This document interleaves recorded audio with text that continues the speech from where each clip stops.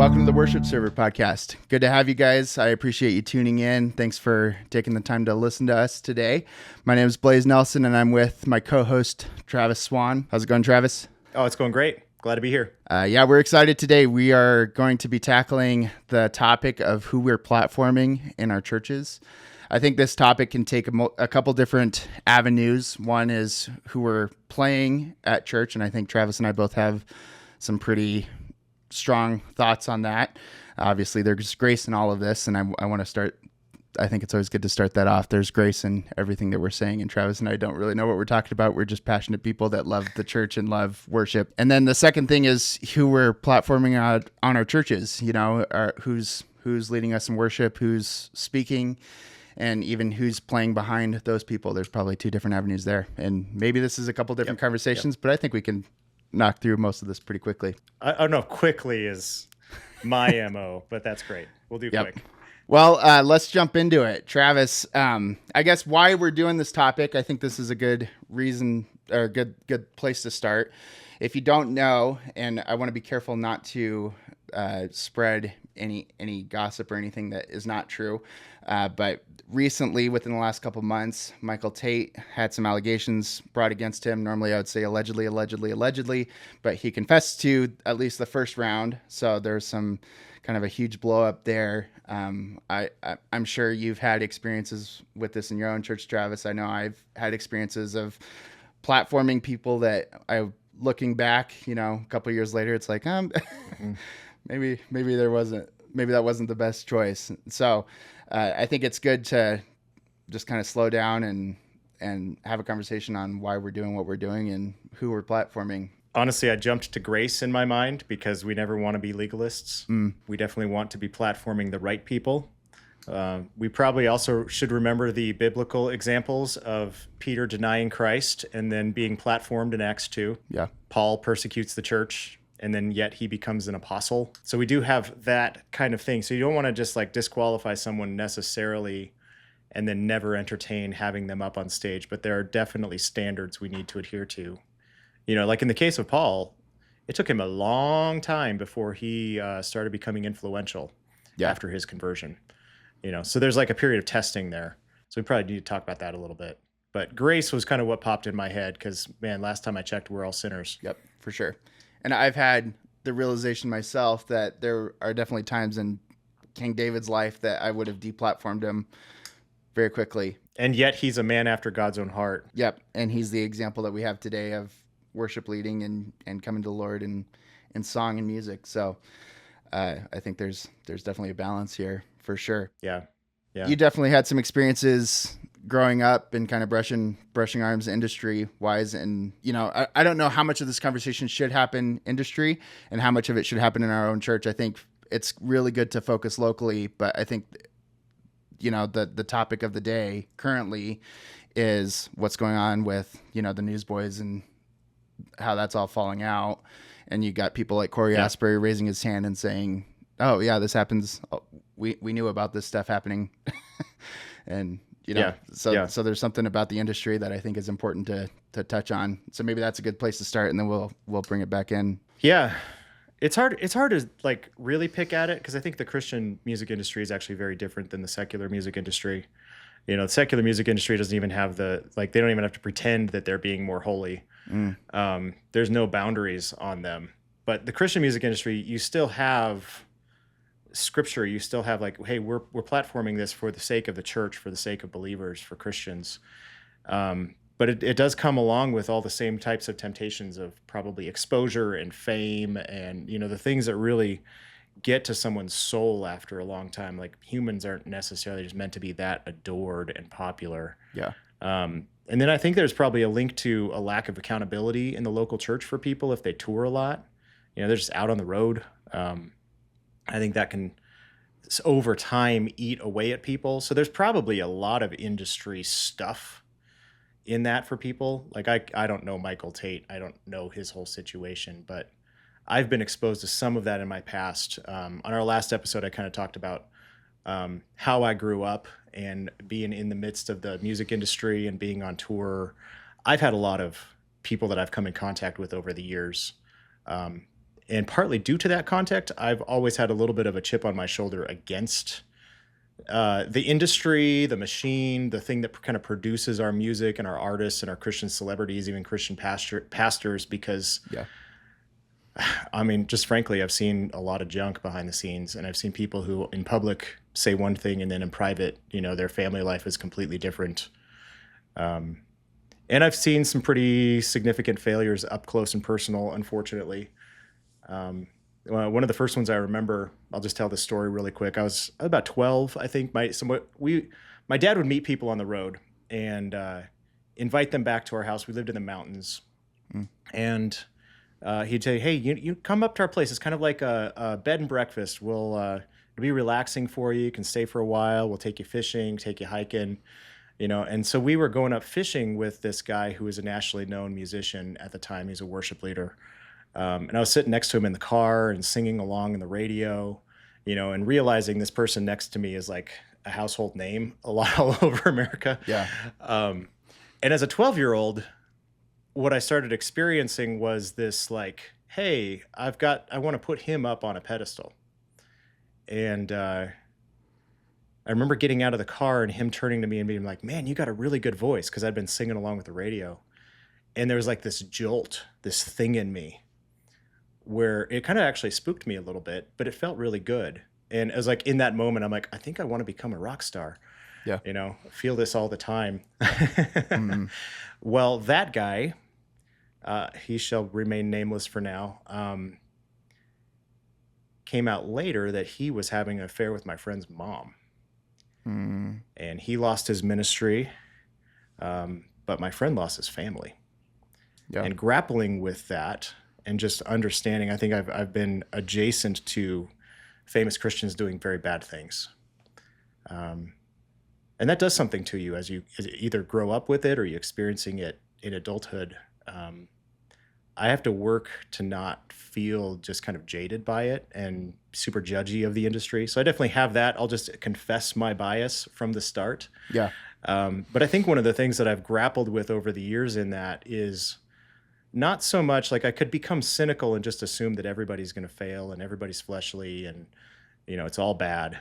But I, for some reason, have never ended up in that space.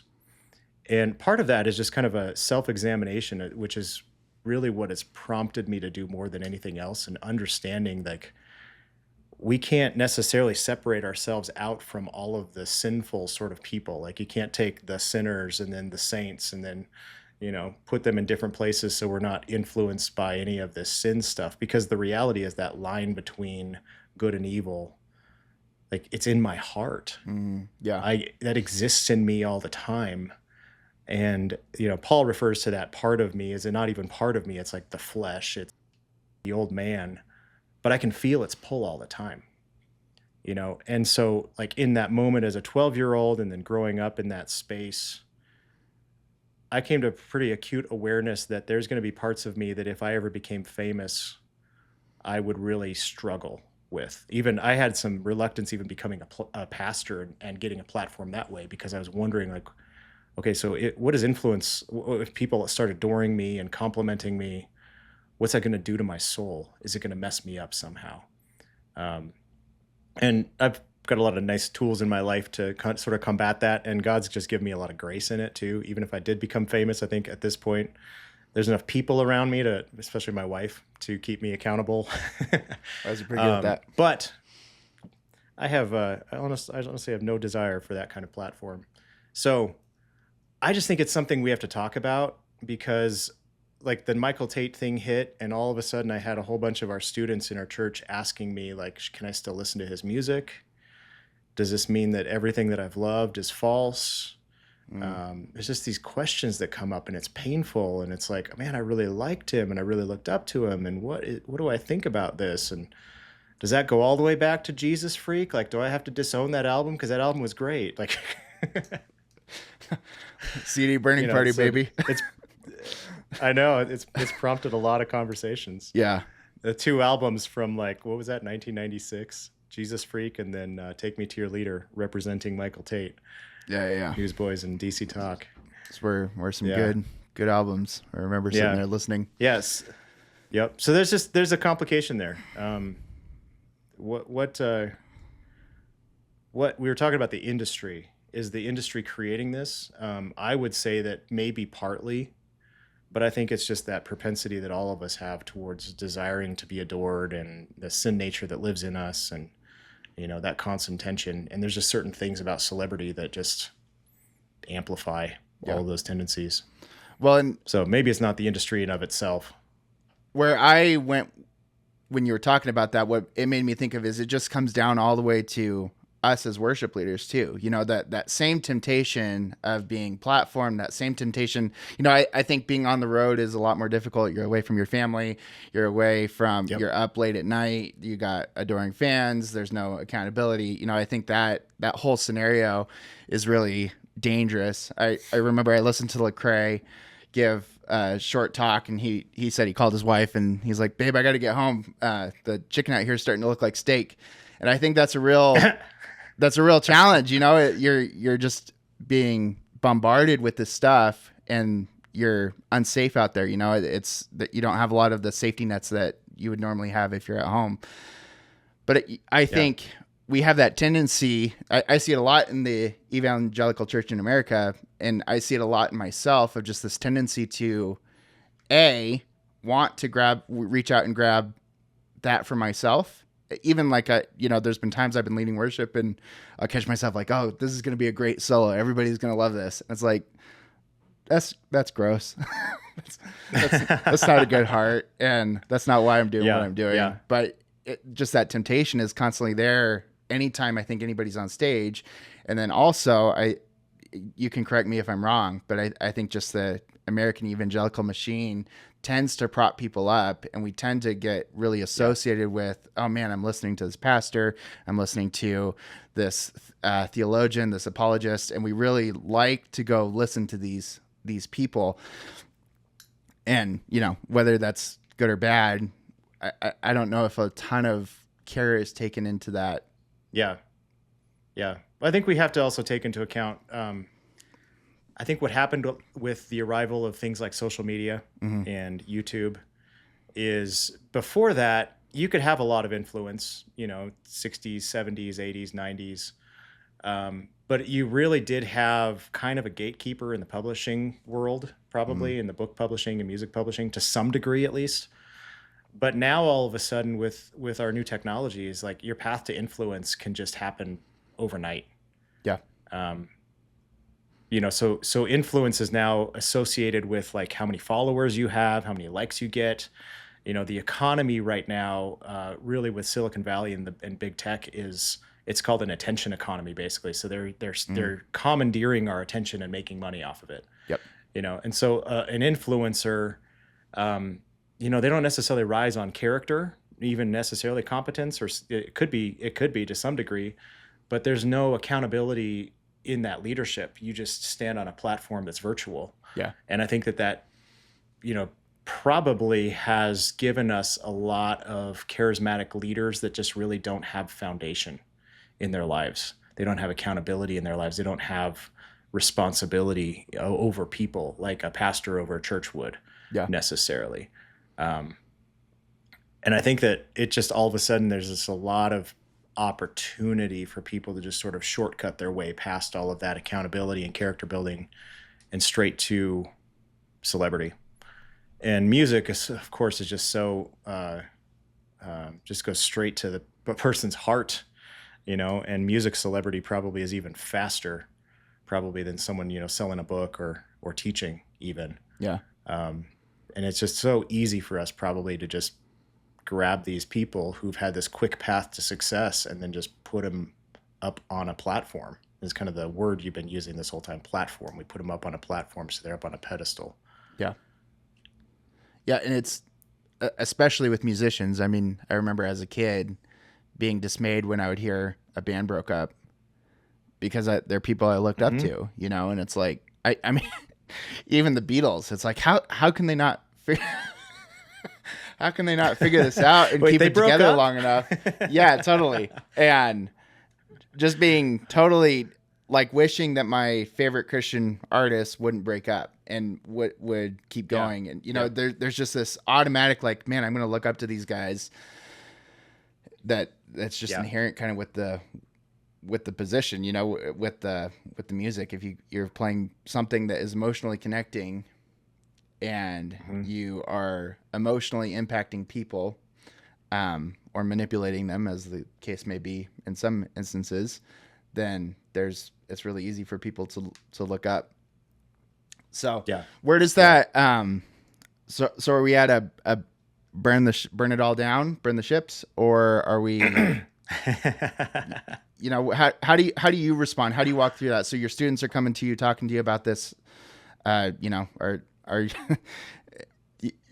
even we were driving recently and we're listening to an old Christian song that has been played in churches over and over and over again. And the main singer goes, "Our brother Michael Tate." And it's like, oh no, that's not good. So how do you respond when something like this happens? My very first thought for them that I said was, I personally have a tendency to separate whoever's creating the music from the music itself. I kind of have done that exercise since I was young, and I experienced a bunch of stuff. So I don't really have for myself a tendency to put one of those people up on a platform, just because I feel like enough heroes have fallen at this point that I'm just probably not going to. Yeah. And then the second thing I said is, that he's not done yet. God's not done with Michael Tate. For sure. Yep. We're so far away from being a helpful part of his restoration and his life. It's probably not even worth us dwelling on it all that much. It's disappointing, but maybe it's more just revealing, like, what is it that I'm placing my hope in? Yes. Yep. And then that turned into a really good long conversation about, really not just like where we place our hope, but what is it that we feel like we have to do in this culture or this current moment in the church where we're trying to make ourselves relevant to the culture by platforming people and by bringing in the coolness factor, and somehow saying that in order for me to like be a cool Christian or be relevant to someone and be able to actually like have influence, like we need to have cool music, we need to have cool celebrities, we need to dress, in this way or whatever. Like, what is it about us that desires to somehow make Christianity cool? Yeah. And then does that somehow create these problems for us? Like, we've all of a sudden just elevated these people to places where they just should never have been elevated, because we're desiring to make something out of Christianity or make it have an appeal that maybe it's not meant to have. Totally. So I had that conversation with some high schoolers, and it was really fun. That's good. Not to knock on the whole movement, but the whole seeker movement, it's like, are we attractive enough? Are we dressing enough? Are we doing all these things? And I think just there's this human tendency in general to draw circles that are beyond our identity in Christ. This would be a shared experience with us. I'm not going to go into all of it, but this identity that I had growing up in our group of churches dissolved all of a sudden. And so I'm sitting there at 20 and this thing that I had identified with myself with my whole life is gone. And it really forced me to take a step back and be like, okay, who am I? Am I a follower of this movement? Am I a follower of these pastors? Am I a follower of this music that we're doing? Or am I a follower of Christ? And I think my tendency, and I'm sure a lot of people's tendency, is to try to associate and identify with anything but Christ. It's like Christ is the last thing we identify and associate with. And I think when we're looking at, these guys that have been platformed in that fall, and, it impacts people in different levels, but I think we really need to be careful and really look at who we're identifying ourselves with and what we're not just identifying with, but to take that a step further, who are we identified by? Like I can be identified as a fan of the Beatles, but man, it'd be rough if I let the Beatles identify me. And the same thing, I can look at all these Christian artists, I can look at all these different pastors, I can look at all these different theologians, and at some level, we're all human, and our heroes, you and I have both been around long enough to watch many of our heroes fall at this point, even to the point where I've had a conversation with my dad. It's like, man, is the only way to get out just to die early before you go crazy and do something dumb, you know? No, No, that's not the only way. No. lots of people finish well. Yeah. Recognizing that, man, this person that I'm listening to, it may be a good speaker, but they're not Christ, and they're not who I'm identified by. And they're not, Yep. they don't get to say who the core of me is. Yeah. I mean, biblically, it reminds me of Paul speaking to the Corinthians in 1 Corinthians, some follow Apollos, some follow Cephas. What is Christ divided? Like, we're following these people. And then he goes on to say, I resolved to know nothing among you but Christ and Christ crucified. Like, I didn't come to you with eloquent words and talent. And, it's almost like a direct refutation of our seeker model. Interesting. Yeah. I didn't come to you being interesting. So if we have this platform thing going on with current social media and YouTube and everything else, like, that's going to, ultimately, it's going to expose to us like the viral content, which we have like the coolness factor. We've got, a bunch of talent and the people who can talk well and the people who look great on camera, the coolness factor, but it doesn't have the foundational qualities of someone who should actually be platformed. I don't know if platforming is even the right terminology. Maybe we shouldn't be platforming people at all. But people we looked up to, they should be exemplified by what? Like long-term faithfulness, like character, like having a proven track record in one place for a long time with the same amount of people, or with the same types of people, the same people that they bump up against you for 20 years straight, and you're still friends with them. Like, I want to follow that guy. Yeah, totally. But instead I think the way that we develop our celebrities or our people of influence is we elevate the gifting, and I wonder if Paul's exhortation to the Corinthians is appropriate for us. Like, who is Apollos? Who's Cephas? I follow Christ. It doesn't mean we shouldn't have some people that influence us or we look up to, but I do think there's a bit of a deficit in the character-driven model of leadership right now in America. And instead, we're platforming people who are riding on talent. I was reading a book recently. It was going through the Sermon on the Mount, and he was talking about false teachers when Jesus talks about false teachers and talks about the fruit that they bear. And this is all interesting. I actually recently gave a sermon last month or maybe 2 months ago about false teachers and just really digging into that and what qualifies a false teacher. And it's interesting putting those lens onto this conversation of like, okay, in 2 Peter, the identifying marks of a false teacher are people marked by sexual immorality and greed. Oh, yeah. Which is not, if you had asked me to identify those, I wouldn't have necessarily come up with those in my top 5, but that's what Peter uses to identify. And you look at the music industry and what's marking these failures is sexual immorality and money grabs, which is crazy. Back to the book I was reading. Sorry, that was a little bit of a tangent, but he was talking about how Jesus says that you'll know a tree by the fruit that it bears. And he was saying to know a tree and the fruit that it bears, you have to be with the tree in season and out of season. And to know the quality of the tree, you have to be with the tree for a while in order to see what kind of fruit it bears. And so you can walk up to a pear tree, and if you happen to be in season, you can say, oh man, this is a great pear tree. It's really healthy and it's bearing good fruit. But, if you walk up in the winter, you have no idea. And what's happening in our churches, not just with worship leaders and not just with social media influencers, but in a lot of the churches that we have, the pastors and the leaders are so far removed that nobody really gets to see the fruit that's being born in their lives. They can see the fruit of their ministry, which Jesus warns against, that the fruit of ministry is not necessarily the fruit that qualifies. And there will be many people that say, Lord, Lord, don't you see all these good things that I did for you? But the fruit of their lives and the fruit of their faith. And we're so far removed, especially in like the megachurch model, where the book had this picture of the sheep all the way in the back. And they're like, man, pastor's saying some really good stuff. And they're like, yeah, I've never met him, but I bought his book. And that's not close enough to know the fruit. So I don't know how to translate so that you're to saying like song selection.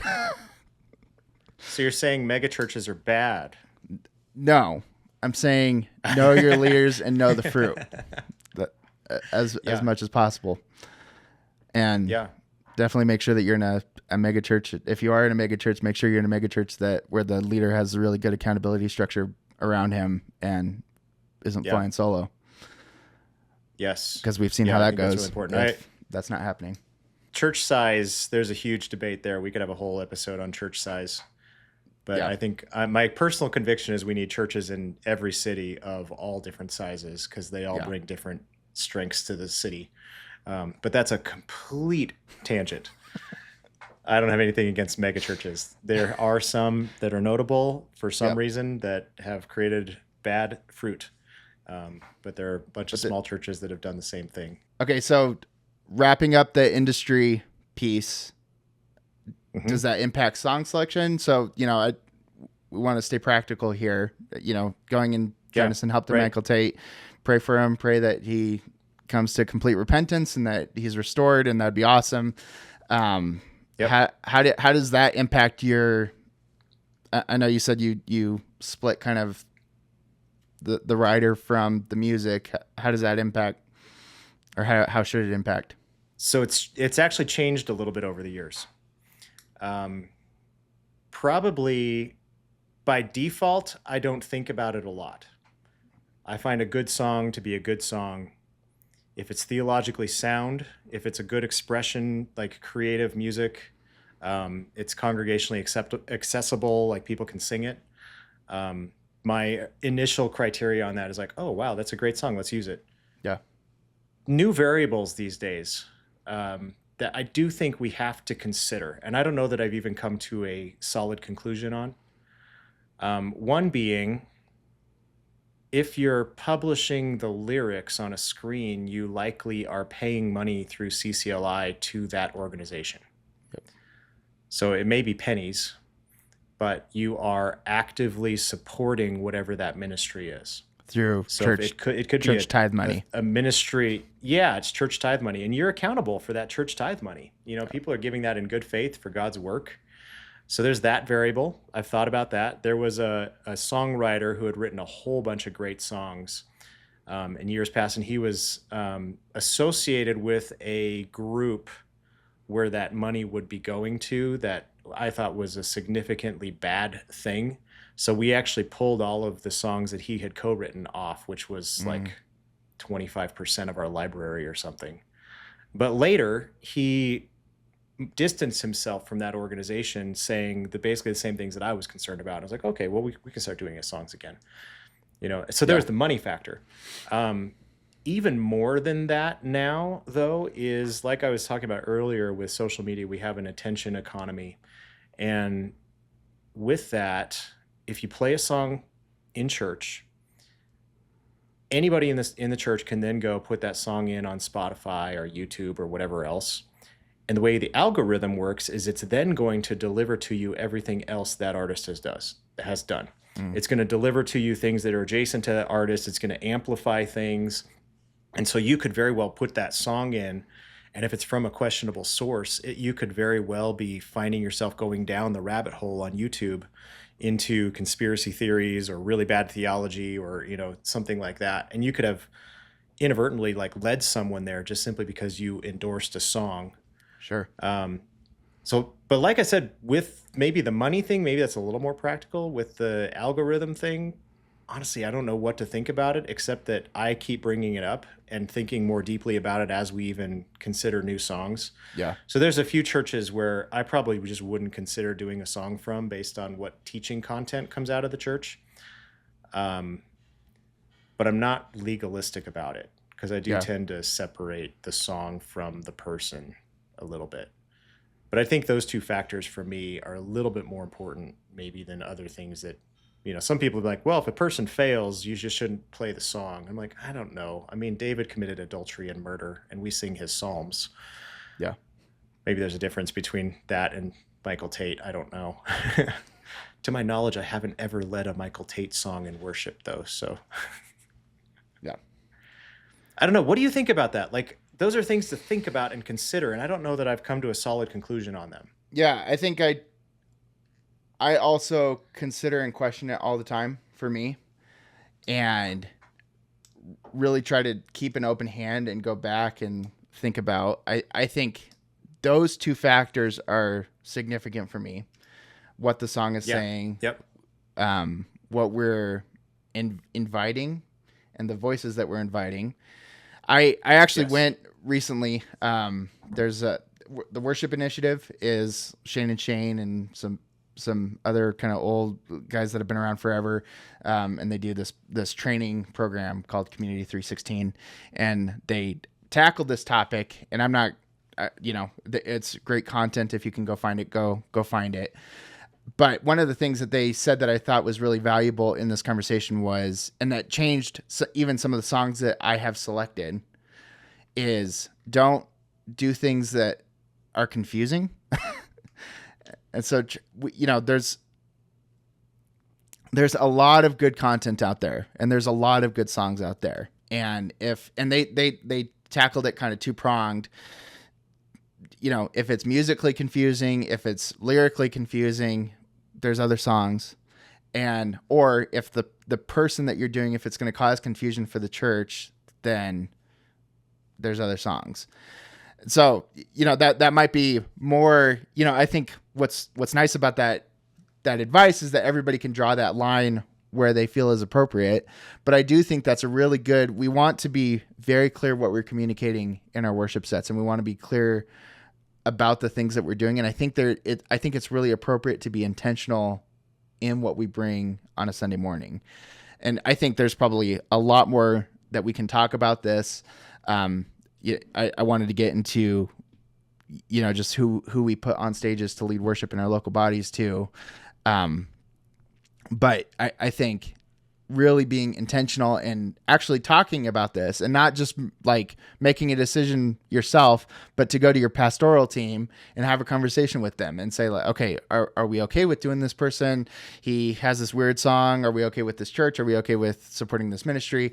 And just sitting down with them and having this conversation, I think, is a really appropriate response. You might not need to clear out everything. And I think there's room to, a lot of the old hymn writers ended up going bad at the end of their lives as well. And so, it's just, we're all human, just like the David example. We're all human. And, it's hard to draw that line of like, man, if you don't live a perfect life your whole life and don't sin, it would be nice if Jesus wrote some worship music. We just have to wait till everybody's dead before we can play their songs. I have had that thought before. All right, all the any potential chaos is gone. Yeah. Well, even that. I mean, you're talking about old hymn writers like Horatio Spafford. Kind of went off the deep end. He's an It Is Well guy. It Is Well with My Soul. Yep. Yeah, I still play It Is Well. Come Thou Fount of Every Blessing. I love that song. Yeah. And the guy who wrote it apparently walked away from his faith. Yeah. So the story goes. Yep. Still play it. Yeah. I'm probably more influenced by current people that you could go find new content from, that you're actively funding, things like that would probably be more my criteria. Yeah. And I think it's a really, really good point. Just, there's so much good music out there. There's so many good resources. And if this song is confusing for whatever reason, just don't do it. Yeah. Find something else. And to steal one more thing from the Community 316 seminar, but he was saying also just that there's a little difference now, and that people are associated with churches, especially those 5 mega churches, way more than any of those single hymn writers. So those guys are gone. There's not this association. There's not sermons associated with them by and large. There's not other content. There's not videos. There's not, whereas that's not the case with a lot of these guys that are writing under these huge labels, that are dominating the worship industry right now too. So that also is a factor that plays into it. Right. So, right. Okay. Yeah. So the answer is, it's complicated, but be careful. Yeah. As with most of the stuff, I think there's no right answer. So transitioning into our local body, what are you looking for when you invite somebody to play with you, and what are you looking for when you invite somebody to lead worship on a Sunday or at an event? Knowing all of the stuff that we just talked about with it being really easy to try to grab fame and to fall into pits of pride and all that stuff. How do you navigate that?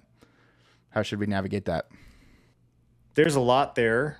I think my very first thing that I do when I look at a person is I just ask, are they actively involved in doing ministry? Like, are they part of a small group, like a meaningful member of a small group, Yeah. Because I think if they're not, that's a red flag. They may be awesome people, but give them a chance to get connected, maybe even give them a path to get connected there. If they're already scrubbing toilets in the back, Yeah. they're probably the type of person you can put on a platform and they'd be more humble. So some hotshot comes in that's a musician and is like, hey, I'd love to have a spot in one of your bands. Almost always, I invite them to do one of the less glamorous areas of serving in the church, and give them a timeline on that. Like, that's going to be probably quite a while. And you need to become a committed member of a small group meeting weekly. You need to get in weekly accountability with someone. And then I actually have a whole document that's a list of like prerequisites Yeah. that we've created related to those things. Like, what might that look like? A consistent, meaningful devotional life, time in prayer, devotion to local church, etc. Yeah. So I don't even look twice at someone until they've been around for at least a year. Yeah. That's good. I've struggled with that. This might be fairly unique to my circumstance, but we have a fairly large military base, and the demographics of our church are changing. But for a long time, we had mostly military, and so when new people came in, we had a two-year window that we could have them jump in. So I would prefer to have something like that, like, oh yeah, you've been coming for 6 months or a year or whatever. But we just haven't, by that point we only get them for a year and then they're gone. Yep. And so trying to figure out how to create space for people that might not be in our city for as long, but are committed to our church for the years that they are. What we've done, we have a similar document of just kind of expectations. And I think it's good to very clearly lay those things out of like, hey, this is what I'm expecting of you. And this is what we expect of you as a band, and as a church. And, there's character qualities in that as well. But, what we've done is, so we do 2 practices a week. So we do Tuesday night, Saturday night. Just both of them are real quick, like an hour and a half each max, and then get out and go home. And then we do Sunday morning rehearsal. And what I've done is, if somebody wants to come in and be a part of the band, I don't give necessarily a timetable, and I say, hey, you'd be more than welcome. We have 2 practices, and I'd love for you to be involved in a small group and come to those faithfully for and be practicing with us, and we'll go from there and see how we can get you integrated. And it's not perfect. Yeah. I was just telling you a story about it being imperfect before we started recording. But what's nice is, especially like on our Tuesday practices, we do highs and lows. We share quiet time thoughts. So we have some time kind of set aside where I feel like we can get kind of a gauge of where people are at spiritually and how they're doing. And then if they are committed to doing, that's a lot of commitment. And I realize that not everybody can do that. It's just an idea that we've had to implement in our unique situation. But if they can commit to those things, then I feel pretty good. Man, there's 4 touch points throughout the week on this person's life. I'm hearing how their highs and lows. I kind of know what's going on in their life, and I'm hearing what they're processing through in their quiet times. And what's been nice is we've also use that as an opportunity to train younger people as well, like teens. And so if anybody's playing guitar, I'll say, hey, come to Tuesday practice and we'd love to get you involved and, sit out in the chairs, and our guitar here will jump off the stage every once in a while and show you a couple tricks, and then jump back on, and we'll do the next song. And so we kind of use our Tuesday practices as like a training ground, and then we use Saturdays to really focus in and polish off anything that needs to be done. And yeah, it's not perfect, but I do think it has been it's an easy yes, but it's either going to transform their lives or they're going to not be able to keep up. And I don't know, maybe that love to hear any feedback on that. Yeah. Well, I actually was going to ask a question. Do you make a difference, or is there a difference between like a person singing or a person in the front, or like a person in the back who's playing bass or just playing guitar? Like, would you let someone in the band sooner if they don't have a microphone on their face? I would still, yeah. And again, I've done this imperfectly. I think my thought would be to treat them all kind of the same. And so if they're engaged in a small group, if they're sharing thoughts between songs, that to me is another level. But if they're just singing or playing an instrument, I kind of count that as the same. They're not adding thoughts to the service. I think one of the huge things in at least our church, one of the realizations that I had is, my dad's he speaks the most. He speaks maybe 5 weeks, and then our other pastor jumps in and speaks that every 6 weeks or something like that. And I have a month off or 5 weeks on, and then we have another band that does 3 weeks on. So if you like rank how often the church is hearing the worship leader's voice, sometimes it's as much as the main pastor, not their co-pastors, they're equals, but like my voice is being heard as much as the pastors, and our worship leaders are being heard as much as the pastors. And so I think there has to be a really high standard on those guys or girls of just like, man, are you in the word? Are you doing well? Are you under authority? Are you in accountability? Does your wife know what's going on? All this stuff. I think that level of scrutiny is a lot higher. Yes. Yeah. Yeah. No, that's a very, very, very true thing. Not just the worship leader being a voice who probably speaks just as much as a pastor does, but the songs themselves teach, and the worship leader is then picking the songs, and they actively teach theology. Yep. And the lyrics in the songs may be something that people are going home with and actually having that be their landing moment in their brain and the thing that sticks with them all week. Yeah. So there's a lot of possibility for influence there in a worship leader. Yep. Yeah. And I think those people that are sharing thoughts, I have a much higher standard on those people than somebody who's in the band. Yes. Yeah. Yeah. And like I said, there's grace, nobody sure. in the band is perfect. Yep. No one has to be perfect. It's, are you known? Are you known by someone in the church, a small group leader, someone you meet with on a regular basis? Do people know you? Do you know them? Does the church recognize you as someone that they know and trust as well? Yep.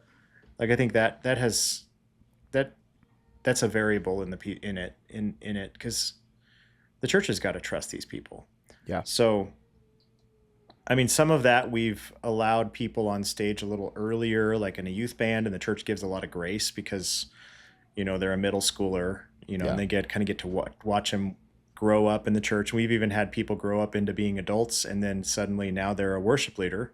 Yeah. And it's been really cool to be able to see that happen where the church gets to know them over years. Mm-hmm. So in our movement of churches, we do that with pastors. We raise up pastors from within the church because the church knows the man.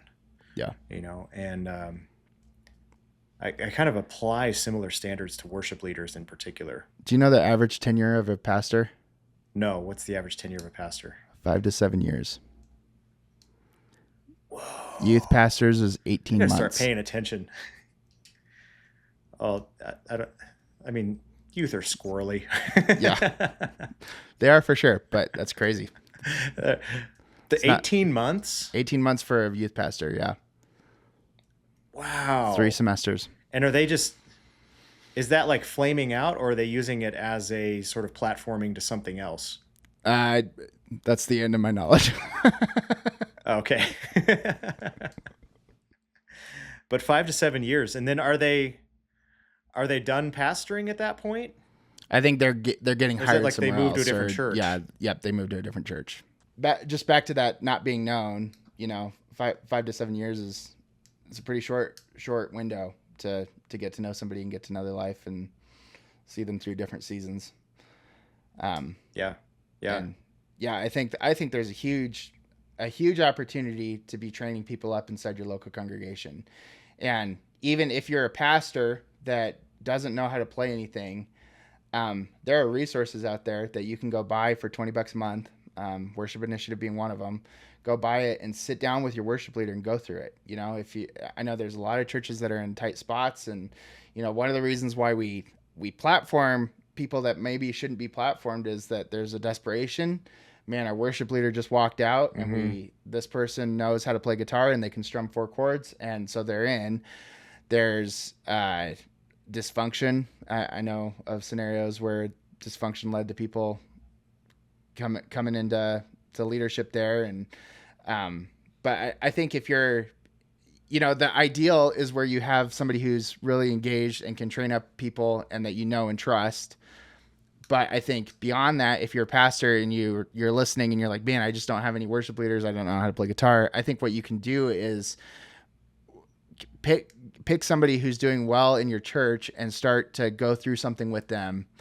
Or, maybe they know a couple chords, get them some resources for fairly cheap and start training, and even training, not just like, here's the keys, but be sitting down with those people and helping them, and discipling them. Yep. Yeah. It's so much easier to train music into someone of good character than it is to train good character into someone who's just a good musician. Yeah. Not saying it can't be done, but back in the day, there's my military analogy with the 10th Mountain Division. They needed skier soldiers, and they realized it would be easier to take some people who knew how to ski and turn them into soldiers than it would be to train soldiers how to ski. Yeah. So there's my weird analogy, but it's so much easier to put a guitar in someone's hands and say, learn some chords. You can carry a tune. It doesn't have to be flashy, but that's going to be better for the church than the flashy guy who has no character. Yep. It's just going to be better. Yeah. I'd advocate that every single time, hands down. You can get caught up in this mindset that we have to be cool in order to reach the culture. And I do get that being good is an appealing thing for a newcomer coming in the room.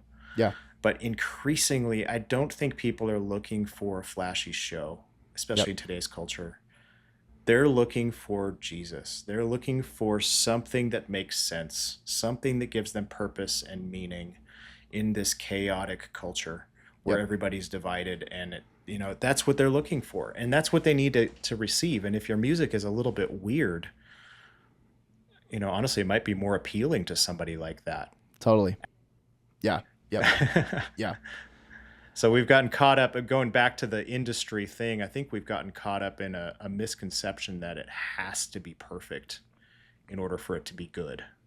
For sure. And the reality is that's the case. Both you and I are devoted to our craft, devoted musicians, and somebody could go look up on YouTube and find somebody who sounds better and is more produced than us on Sunday. And so if the goal is to compete, if the goal is to be cool, if the goal is to have a perfect worship, it might be time to redefine your success. It might be the church would 100% benefit from having a person in character who pounds through a few chords imperfectly than a person with absolutely no character playing it phenomenally. That's not. Yes. Again, what's and I think that's a good question too. Just what's the platform for, and just to step back and recognize, man, this is to bless the church. This is not to be cool. This is not to elevate ourselves. This is to bless the church, and the church is going to be blessed by a person of character that is learning guitar. Yeah, absolutely. Absolutely. Cool. Any other thoughts or parting shots? Parting shots. I've said no to guitar players who all they care about is gear. Um, like I'd like to actually see you worship and care about worshiping. Mm-hmm. Um, I love gear, but let's talk about something else. Yeah. I just think that you've got to create worshipers in the Yep. church, and guitar playing can come alongside it, and that's fine. It'll come along. Yeah. I maybe one last thing on the flip side of all of this. Don't intentionally put someone who really just can't sing, who really has no musical aptitude at all, Yeah. on the stage to lead in music. You might as well not have music, in my opinion, in that case. Yeah. Um, or have everybody sing a cappella or something, or along with an album even. I'm not advocating like low quality for the Yeah. sake of just proving someone's character. Like that's not what we're talking about. That's throwing the baby out with the bathwater. I think excellence still matters. And if you're a worship leader and you're lacking in character, I don't know if a worship leader who's lacking in character would recognize that they're lacking in character. Probably. That's okay. But put time into your character. Put time into your personal growth. Be honest. Be open. I remember I heard being above reproach is not being perfect. Being above reproach is being known. And I think you touched on that too. But just, man, it's not too late. You can really commit. You can really commit to the local church. You can really commit to doing something that God is doing in your local body. But it can't be at the cost of your character. It can't be at the cost of your testimony. That has to be the first thing that, don't stop looking at the newest thing from Strymon. Sit down and open your Bible, Yep. I think it's a good place to start. Just as we close out, anything you've been reading in the Word that's been encouraging to you? Oh, it probably actually kind of relates to this. I was reading Revelation. I read Revelation 1, 2, and 3 this morning because the passage, I'm not teaching on Sunday. I'm actually leading worship. But the passage that Aaron, our other pastor, is teaching out of is in Revelation 1, and it's about just the glory of Jesus, the glorified Savior. So we've been teaching through all these things about his humanity. And in the incarnation, there's so much relatability. He's so loving. He's so gracious. He's so personable. But we also wanted to touch on how glorious he is. Like if we actually could see him in all of his glory right now, we would fall face down. Yeah. So I read Revelation 1, 2, and 3, and I got into the letters to the churches. I was only intending to read 1 and 2, but in Revelation 3, one of the churches, there was this one little thing that just caught my attention. And he says the people in this church that have been it's the church in Philadelphia, they've been a little bit more faithful than the other ones. But he just says, you're very poor in relation to the world, but that's not bad. But he says I can't remember what verse it was. The one who overcomes, I will make a pillar in the temple of my God. And I just thought about that. Like, we're talking about platforms. Like you stand on a platform. Yeah. But what holds up a platform is a pillar. And this is probably a really bad analogy, but if you're going to dedicate yourself to the local church, I would say don't strive to stand on a platform, strive to be a pillar. You exist to hold others up. Ephesians 4, the body builds itself up in love towards the head. You can talk about all kinds of things that we're living stones. You're part of a structure, you're part of a building, but that means you're actually holding others up to be above you. So that just hit me as I was thinking about that even Jesus, who's the most glorious one on the highest platform, was willing to step off of that into the space that we exist in as a human and give all of that up. To do what? To push us up. Yeah. And that should just completely reframe how we're approaching how we serve in church. Yep.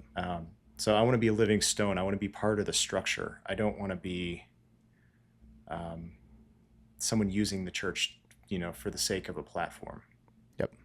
So that's what I read today. So if I had an exhortation out of that, I guess Yeah. to any listener, especially if it's a young person, like, can you give your life to that? Because God's building a living temple, and you can be a stone in that. You can be a pillar in that. And it's, it's not glamorous most of the time, but there's a glory in it. Yeah. We've been just entering into the prophets. So just finished Isaiah and the beginning parts of Jeremiah. And I was really struck with in just Isaiah 44, God's talking about how people will go and take a piece of wood and cut half of it and use that half to make food and to warm themselves as a fire. And then they'll take the other half and form a god out of that half. And funnily enough, I think this actually has some to do with what we're talking about too, but just, I think it's easy for us in modern day to look back on some of those ancient traditions and laugh and say, oh, how stupid that is, that you would make a god out of wood. But I think we know that there's nothing new under the sun. And I think humans tend to like to worship things and elevate things. And, I think in our culture, definitely money could be one of those, but just even self and elevating our own intellect and our own self-worth and purpose. And we don't like reading things like Ecclesiastes that say that we're just here for a moment and are gone and like dust in the wind. Yeah. But I think just to be careful and to just be cognizant that that's human nature and that's what we tend to do. And it's easy to look and laugh and say how stupid, but I think the Lord looks at some of the stuff we do and says how stupid. So. And it's very offensive to God, which makes a ton of sense. So, right. Yeah. Right. Well, I hope this has been helpful to people listening. Yeah, for sure. Not just confusing. I think there's some practicals we could pull out of all of that.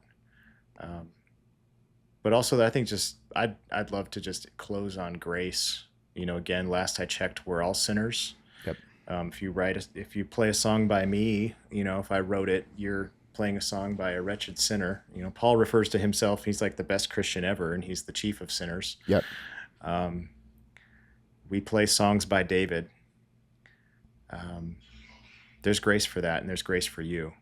Yeah. And I think what Blaise said about being known and being known fully, that's really, really important.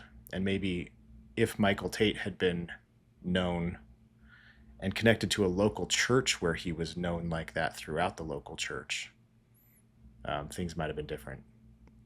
For sure. Yep. I think that's it. There's a huge safety there that a lot of people are scared to grab because it's scary to be known, but that's what we're called to. Yeah. So, yeah. Well, I appreciate everybody checking in and listening. And if you're here still at this point, appreciate that. If you'd like to jump into the Discord, the link will be in the show notes. And so we'd love to, Travis and I are both active on there. We'd love to engage with you if you have any questions or clarifications or thoughts to add. Both of us bleed this stuff. And so we'd love to engage. And I think it's important to engage. And we also like talking gear, but this stuff is far more important. Thanks everybody for tuning in, and we'll see you next time.